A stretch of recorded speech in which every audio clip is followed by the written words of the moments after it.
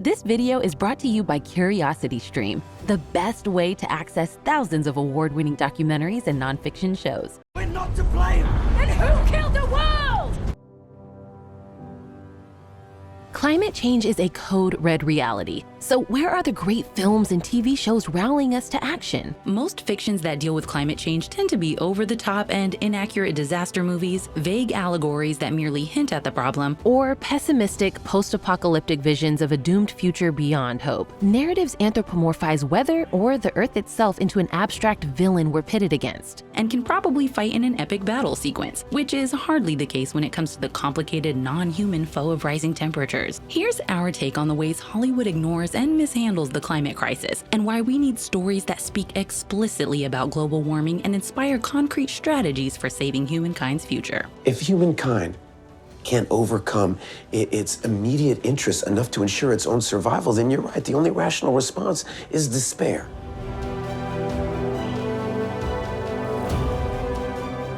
If you're new here, be sure to subscribe and click the bell to be notified about all of our new videos.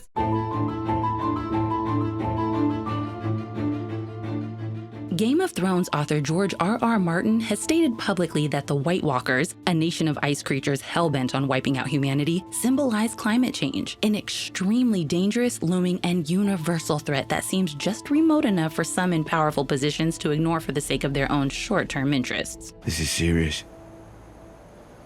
I wouldn't be here if it weren't.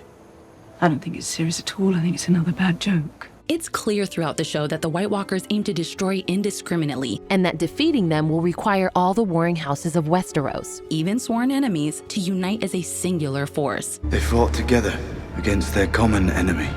Despite their differences, despite their suspicions, we need to do the same if we're gonna survive. Even as the proof of the situation's direness mounts, some leaders deny that the White Walkers even exist. A crippled boy claims to have seen dead men on the march beyond the wall, thanks to the magical help of a raven with 3 eyes.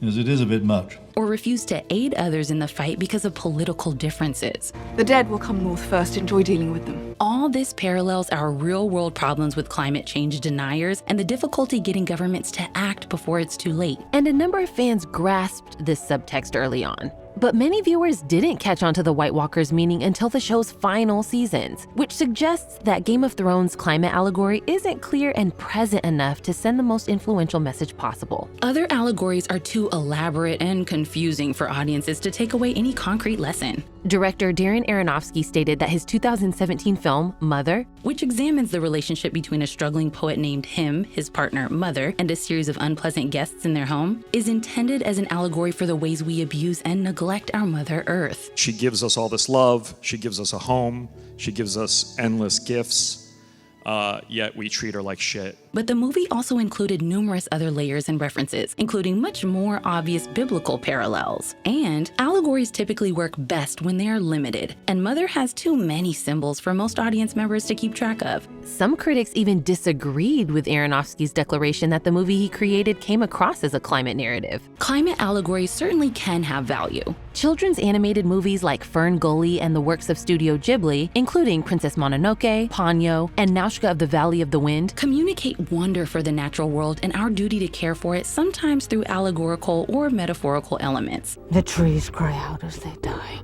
but you cannot hear them. These can elegantly capture the deeper problems underlying industrialization, resource scarcity, and greed, especially for younger audiences who might need a level of simplification. But the reason these films work well is that they do justice to the gravity of environmental problems and also make explicit statements about humankind's destruction of the Earth, so that the overall message is abundantly clear. What do you know about humans, Brunhilde? They spoil the sea. They treat your home like they're empty black souls. A major influence on Game of Thrones, beloved by young people and adults alike, J.R.R. Tolkien's epic Lord of the Rings can also be read as an elaborate parable of environmentalism. The story's humble heroes are the hobbits who garden, farm, and are so fond of the earth that they build their homes within its natural contours. Tolkien personifies trees with the Ents, living, breathing entities that hold ancient wisdom and defend the old forests. I am no tree. I am an Ent. Shepherd of the forest. The villainous wizard Saruman, who has a mind for metal and wheels and does not care for growing things, goes scorched earth on the Fangorn forest, illustrating how humanity's industrial ambition comes at a cost to the natural environment.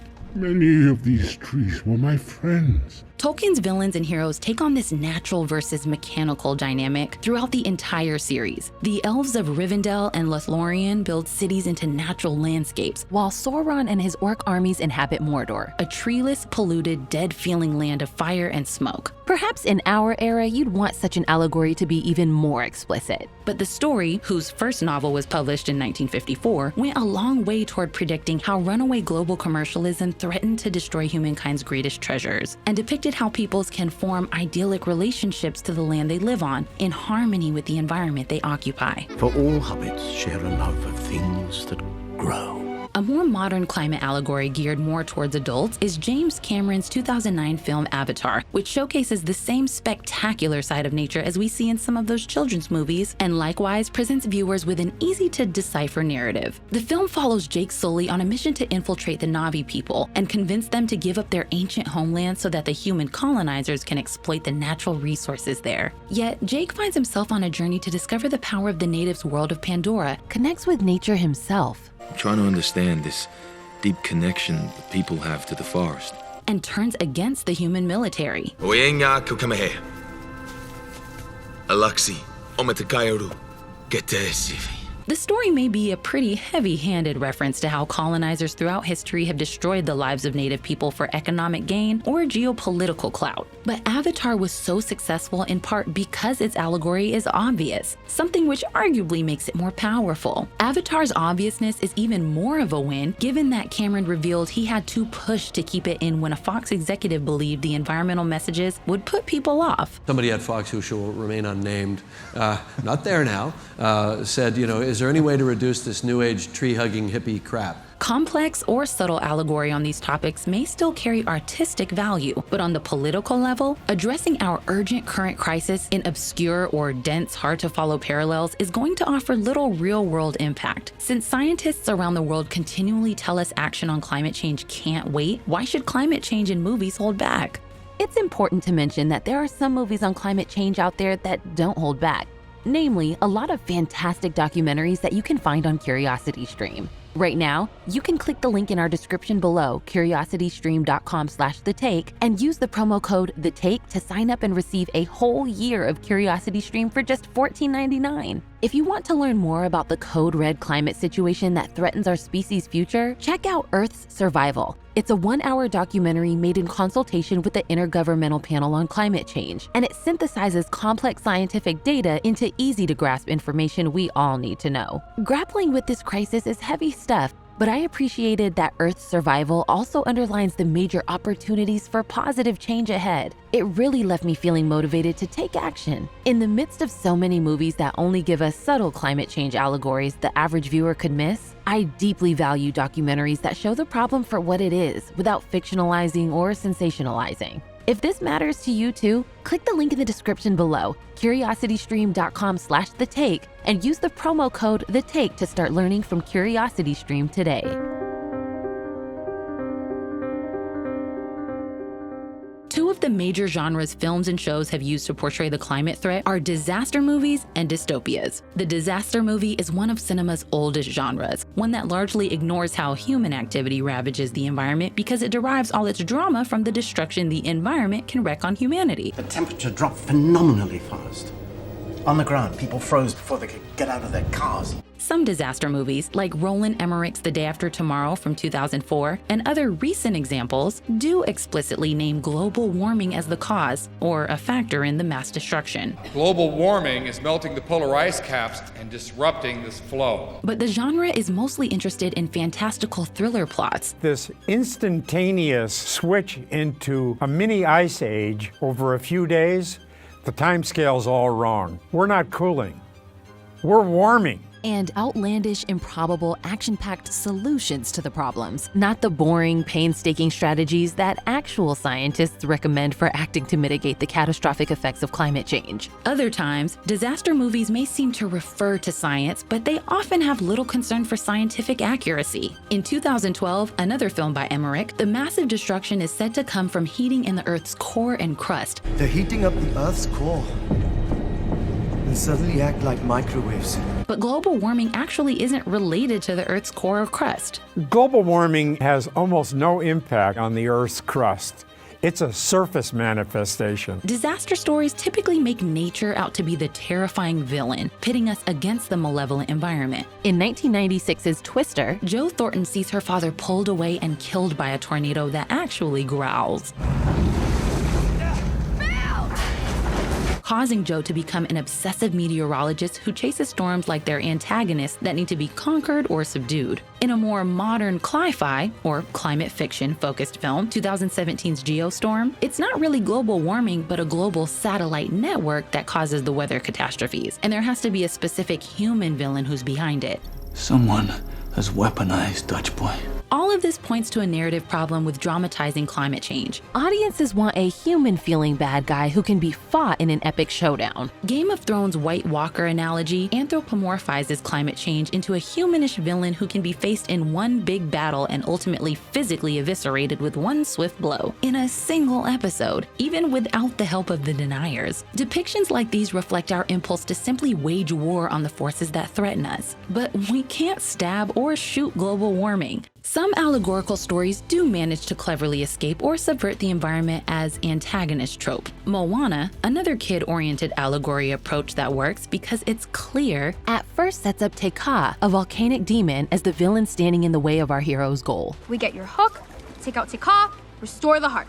But in the end, it's revealed that the evil Te Kā is actually the life-giving Mother Island Te Fiti who had her heart taken from her. The twist symbolizes how the arrogance, short-sightedness, and unchecked natural resource consumption of those who perhaps see themselves as demigods You're welcome. have provoked hostile weather disasters. In other words, the Earth is not really our villain, but our victim. But without her heart, Te Fiti began to crumble, giving birth to a terrible darkness. Lord of the Rings, too, while it involves plenty of battles, ultimately underlines that the only way to defeat Sauron is to let go of the ring that everyone desires, i.e. not succumb to the temptations of greed and power lust which led us to destroy the natural environment. While disaster movies are all about imminent events, post-apocalyptic dystopias show us a distant future after society as we know it is wiped out. Food shortages, water crisis, floods, and extreme overpopulation are largely the backstories or starting situations of these semi-realistic portrayals of worlds where worst-case climate-related disasters came to pass. Oil wars. We are killing for gasoline. The world is actually running out of water.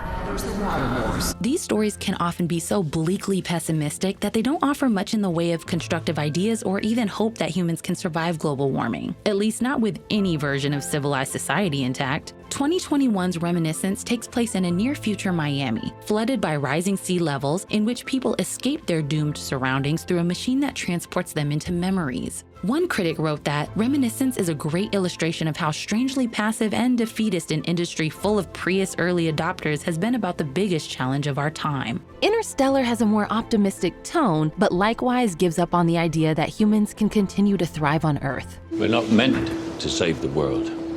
We're meant to leave it. Despite the space race ventures of today's billionaires, betting on being able to leave Earth for another planet is a huge long shot. And the idea is arguably dangerous escapism that misdirects our focus from where it should be, on preserving the habitability of this planet, which is already far more of a paradise than any other we could hope to find. The Expanse makes this point through a future world where humans have colonized the solar system, and those who grew up on cold, lifeless Mars resent that Earthers didn't appreciate that they were born on an Eden.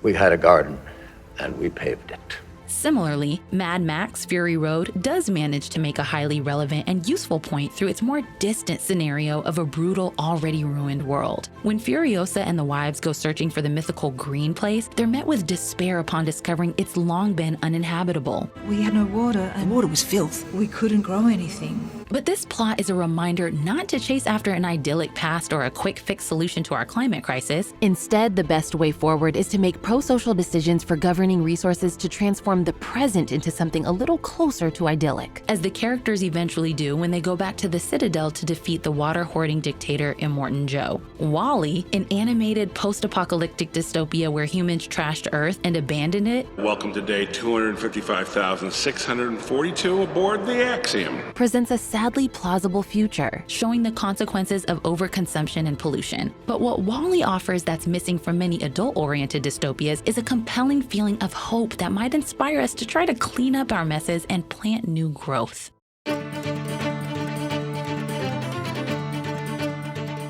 Today's most influential narratives about climate change are documentaries. In 2006, Davis Guggenheim's An Inconvenient Truth turned politician and environmentalist Al Gore's slideshow presentation on global warming into a blockbuster film that grossed $50 million, won Gore a Nobel Peace Prize, and nearly single-handedly created a wave of public awareness that previously hadn't existed on that scale. It's already right here.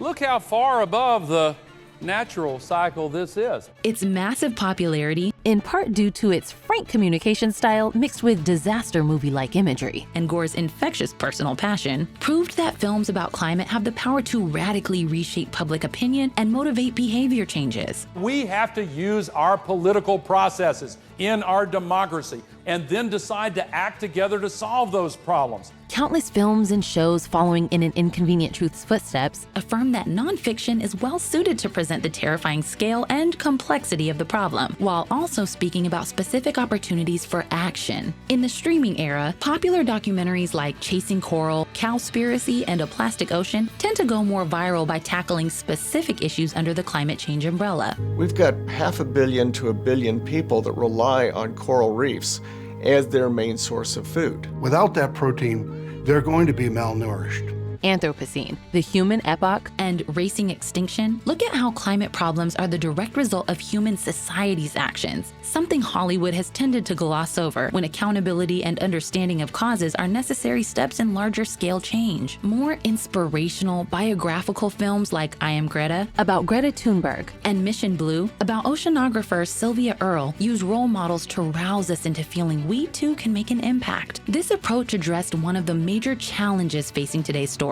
The plethora of gloomy climate news available to us every day can be exhausting, leading to fatigue and overwhelming feelings of hopelessness. Her class is evidently talking about climate change, and she's gotten the message that we're doomed. It's the reason why Chasing Coral, after exposing viewers to heartbreaking footage of dying coral reefs, ends by emphasizing the filmmakers' and scientists' educational efforts and highlighting currently attainable solutions to the problems they've presented. It's not too late for coral reefs, indeed for many other ecosystems that are facing challenges from climate change. It's not like we don't have the money. It's not like we don't have the resources.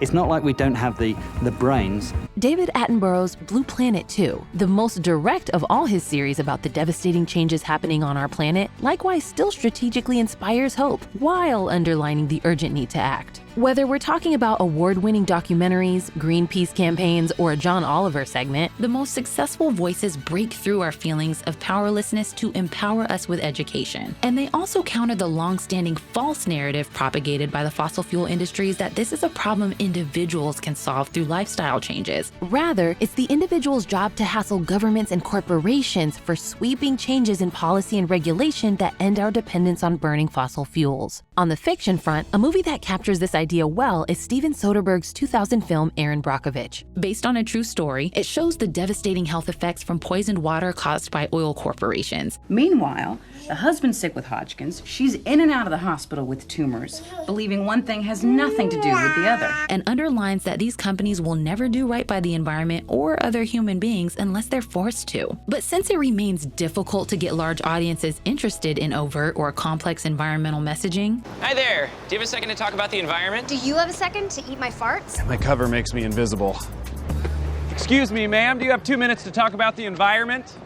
Nailed it. It tends to be smaller or independent films and shows that more successfully dramatize the effects of climate change, often through surprisingly intimate personal stories. First Reformed uses its central pastor character to underline that climate change is both the cause of an imminent mental health crisis and the central moral dilemma of our times. Disturbed by the suicide of a petitioner who despaired over global warming, I mean, 1/3 of the natural world has been destroyed in your lifetime. And the actions of a nearby industrial polluter, Ernst Toller even ponders whether eco-terrorism is the right choice in a world that simply won't listen. Where the film draws most of its power, however, is in the choice each character is given between succumbing to their mental anguish or pursuing justice. Wisdom is holding two contradictory truths in our mind simultaneously: hope and despair. It showcases that there truly cannot be real hope to solve this crisis without first acknowledging the sheer horror of it, and the fact that progress will require forcing accountability and radical change. Class-oriented stories like Bong Joon-ho's Parasite capture the outsized effects climate change has on poor communities. When a flash flood occurs in downtown Seoul, the wealthy Park family is merely inconvenienced by having to cancel their camping trip. But the lower-class Kim family home is flooded with sewage, giving the audience a window into the powerlessness and trauma experienced by climate refugees. The Handmaid's Tale similarly implies that the climate crisis is a major factor in enabling its scenario where women are totally disenfranchised and turned into sex slaves. This builds on comments the source novel's author Margaret Atwood has made about how the climate crisis will cause a crisis for women's rights. So the people who want to suppress women also want to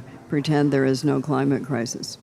Even if the quality of the climate stories may be improving, there's an inherent hypocrisy in making documentaries and films about climate change when, behind the scenes, the film and TV industry has been resistant to adopting green practices on their own sets and sound stages. What are the challenges or the objections that you face? People are used to doing things a certain way, and they know that it's going to work. Productions can be tremendous sinkholes of financial investment, food, resource, and energy consumption, and sometimes outright environmental destruction when producers choose to make fragile ecosystems into film sets. The problem is perhaps most viscerally seen in costume departments, where reportedly on any given project, costume designers buy or make more clothes than the average person will own in a lifetime, resulting in perhaps thousands of clothing items being thrown out per movie production. Shocked by these glaring waste issues, environmentalist and production worker Emily O'Brien founded Earth Angel in 2013, an organization that helps companies hire eco-production assistants and even entire eco-departments that streamline plastic and set-piece recycling, donate leftover catering to food banks, and educate industry leaders on how to run their sets in ways that reduce waste. Some executives have moved to go green on their own. Lisa Day of 21st Century Fox and Shannon Bart of NBC Universal have created a network of showrunners, directors, and producers that develop and share new techniques to lessen a set's carbon footprint. They use LED set lighting, and that's something that we have really been focusing on, because the more efficient your sets get, they're cooler, so you need less power to run AC. It's clear that climate films have a powerful part to play in raising awareness of the climate crisis, but that kind of unquantifiable social dialogue shifting isn't really enough today. What is quantifiable are carbon emissions, the square miles of ice we lose per year, and the degrees Celsius we gain per year. With all those trending exponentially in the wrong direction, Hollywood can't afford to do what it's always done. Like other industries, the film and TV world has to walk the walk to prove it's as green as it wants its audiences to be. We could, make more change faster if we work together and really tackle it as an industry. This is The Take on your favorite movies, shows, and culture. Thank you so much for watching and for supporting us. Please subscribe and never miss a take.